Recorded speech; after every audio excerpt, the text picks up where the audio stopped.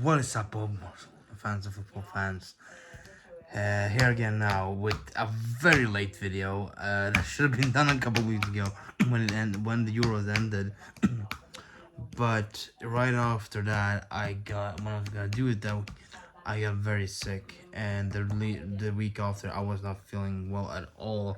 Couldn't do anything, couldn't film anything, and now the latest now this week have been plenty of other stuff as well. So I haven't had time after. As soon as I got better, I had plenty of other things to catch up on and do a lot of things. So I'm sorry this is coming very late, but I'm still doing it. Gotta do it quickly. Just talk about the Euro final. Um, a lot of people already moved from it. I know, but just gonna talk quickly. We're now in the middle of the transfer window. We're going for Nico Williams. Barcelona's going for, trying to sign Nico Williams, trying to sign Dani Olmo and all that stuff. I'll make a separate video sometime tomorrow, maybe about that. we'll possibly do, I'll possibly do something if I had the time tomorrow or on Monday, because I have a few other videos to record for my other channel. So hopefully we can get to that then. But for now, let's just get into this just quickly. Yeah, we all know by now, Spain won the Euros, deservingly so. Throughout the whole tournament, they were the best team. They played the best football. They did the absolute best here. and now the Olympics are going on actually, and Spain so far in that tournament too has been doing really good. They won their first two games and they're already into the quarterfinals, and they're going for the Olympic gold. Um, so we got that. Um, Fermi Lopez scored in the latest. He's playing there, so he scored in the latest game, which is real nice. It's really awesome to see him do well. So so that's cool. But for this, we knew this game was gonna be a bit back and forth, and England were a more offensive team in a way. Spain were more passive and like controlling and stuff like that, and it kind of showed in the first half, which there were no goals in. It went a little bit back and forth, but Spain kept the control mostly and had the more chances, but England still kept in there. Didn't defended decently well at least. Kept them off for that first half. There was some pretty decent chances here and there for everyone, but like yeah, but mostly it was pretty much Spain's dominance overall. That held it. I think England had an okay first half, but nothing too crazy. More that they just survived. They just kept themselves in it and stayed at 1-0. So I think that they were kind of happy about that going into halftime. But then we saw early in the second half, Rodri got injured and he was subbed out. He had to be subbed out, and many supporters were feeling definitely like, oh no, now this is gonna be a big advantage for Spain, or for England, because this Rodri is one of Spain's best players. He's arguably right now the best player in the world. Like many are calling him as such, but or one of the best at least. He's doing really well.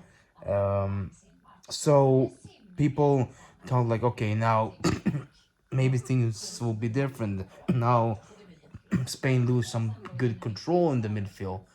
But what most people don't seem to realize is Dani Olmo is one of those players that can come in, and I think it was Dani Olmo, right? I believe it was him was subbed in.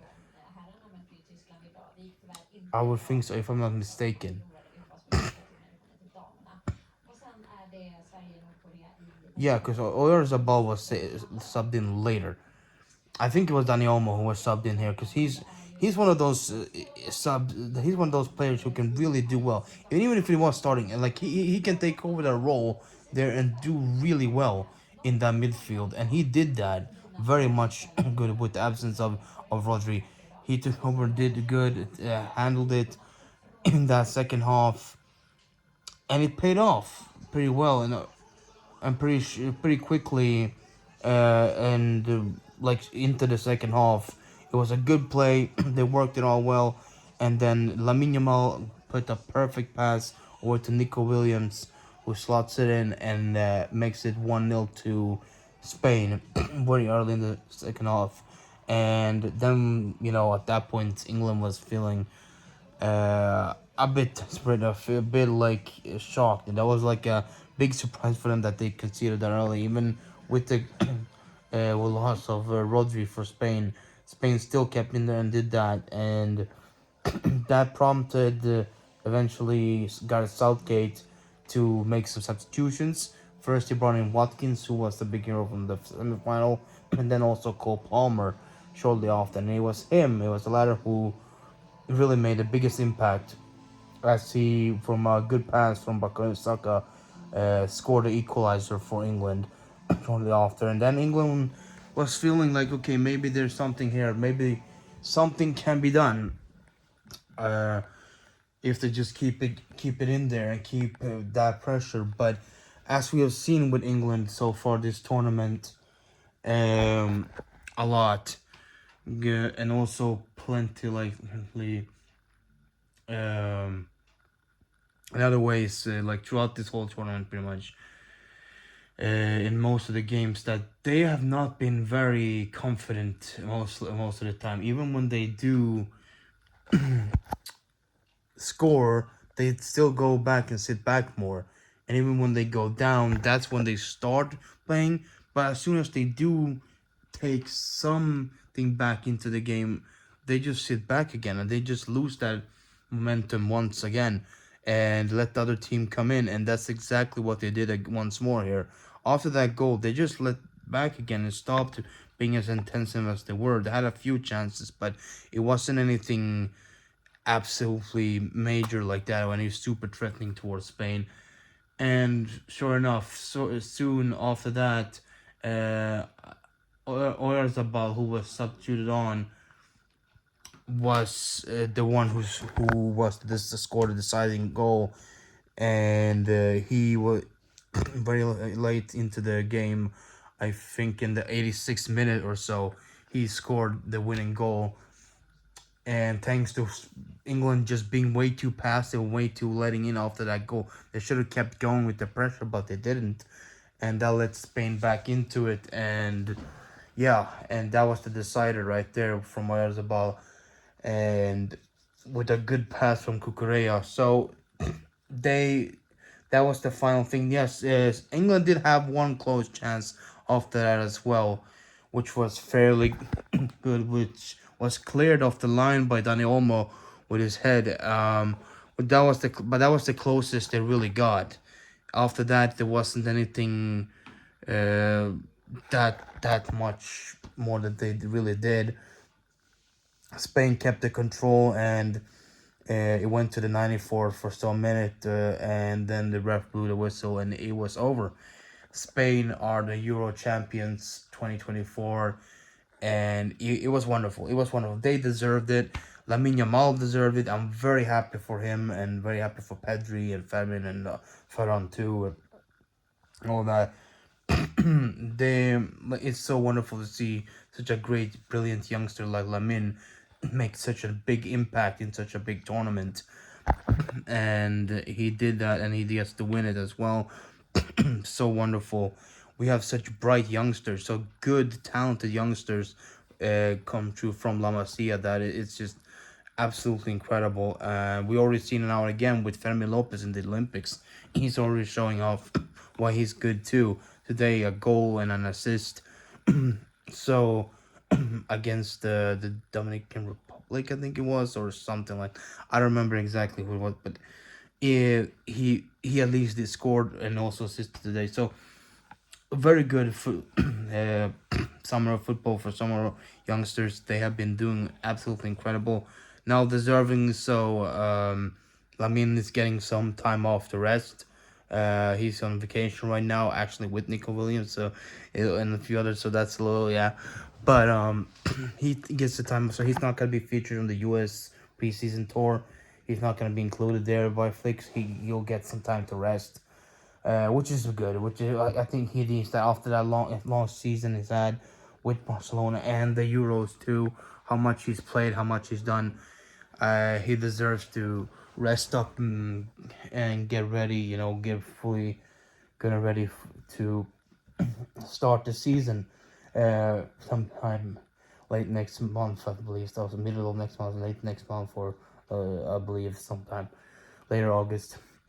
So it's definitely a brilliant tournament by Spain. Congratulations to them. They did good. Congratulations to England. They got lucky. They got lucky to getting to the final. Many small, as I said before, many small margins everywhere, and the luck ran out in the end. It was just not meant to be because the football overall wasn't up to par to beating a team like Spain, who's been so resilient and so pressing and so well in adapting to every game. All the players adapt into the squad and do well, fit well together. De La Fuentes really made a good squad with these players that can really play well together, and that's why they really won, because they could do that. Every player had their purpose and had their role and had their good moment to really bring it out. There was no really weak link, should I say, in that team. It was good squad depth, and it was good overall just control throughout the whole tournament for Spain. They didn't lose any games. As I said, they didn't lose. Only conceded like 4 goals. Didn't lose any games. And went straight, like defeating some of the biggest nations. Croatia, Italy, Germany, like France, and then England in the final. And in between that they also faced uh, they faced Georgia and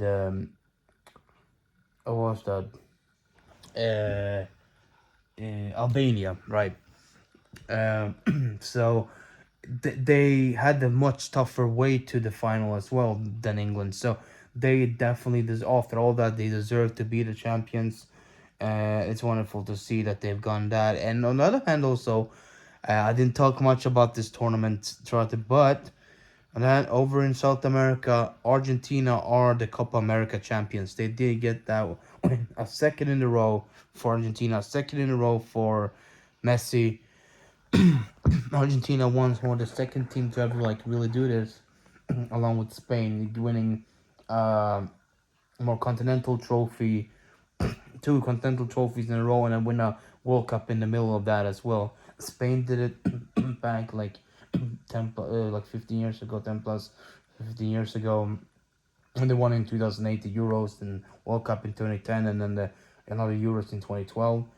Now Argentina does the same thing here, kind of the Copa America and the World Cup.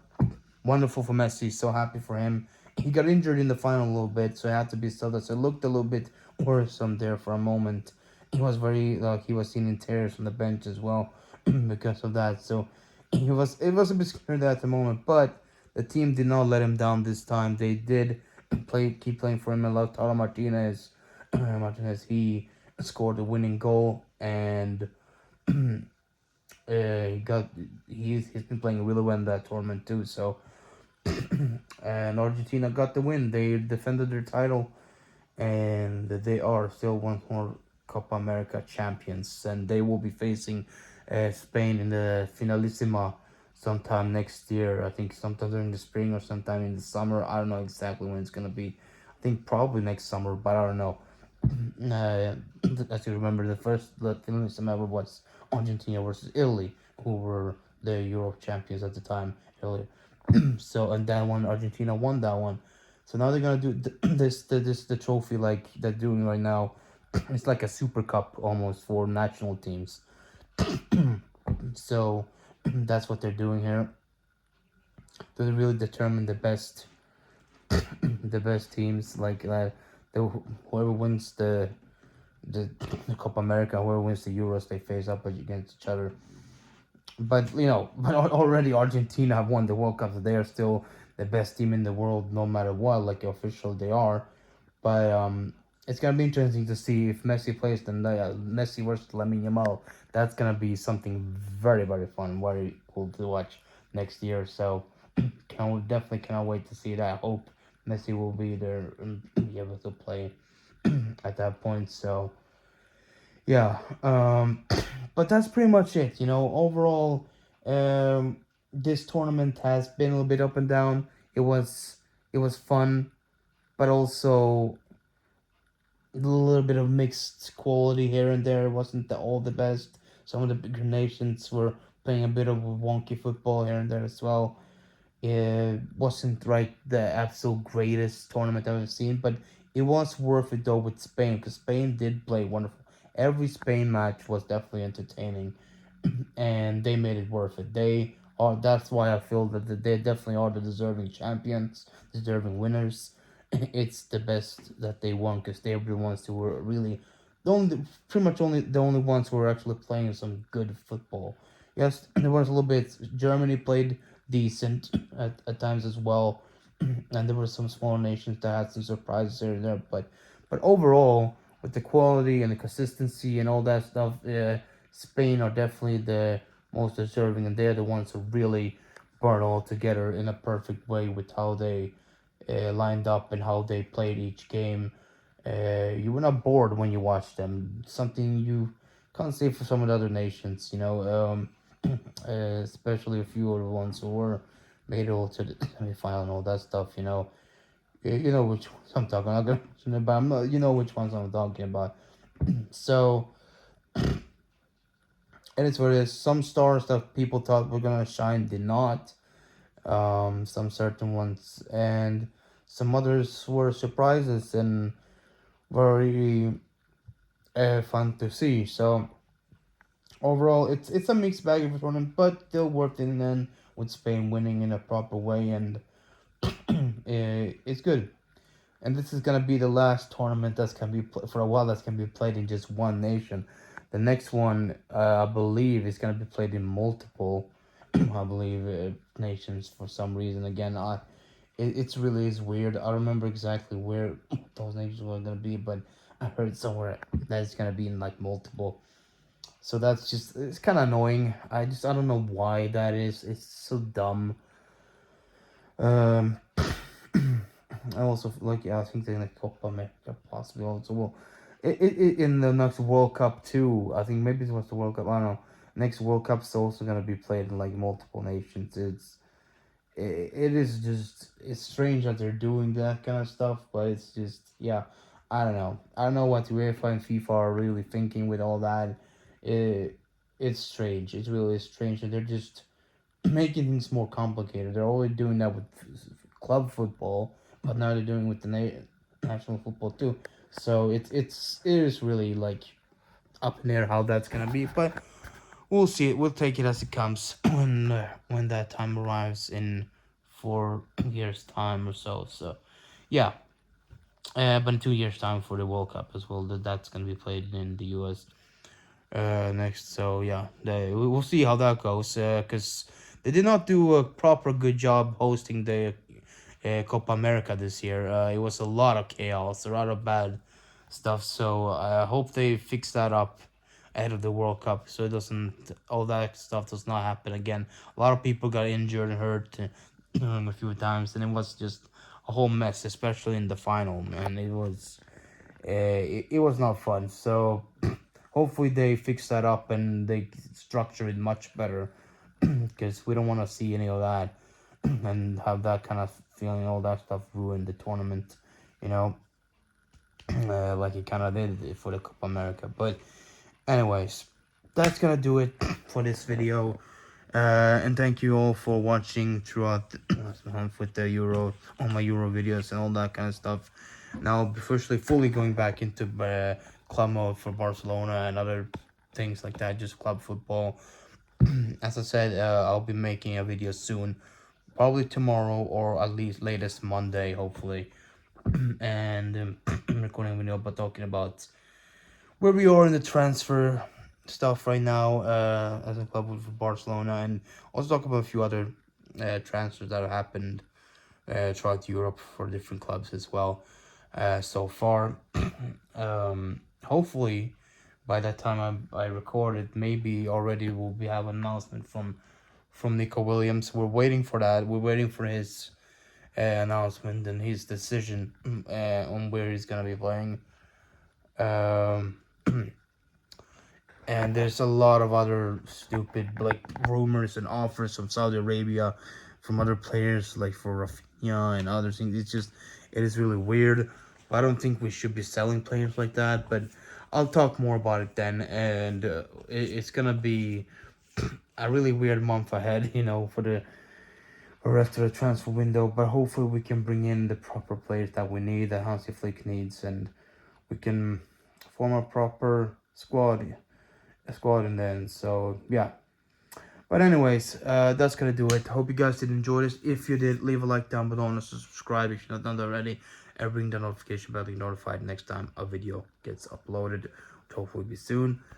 And yeah, other than that, thank you guys for watching, and I'll see you guys next time. Bye. Peace, guys.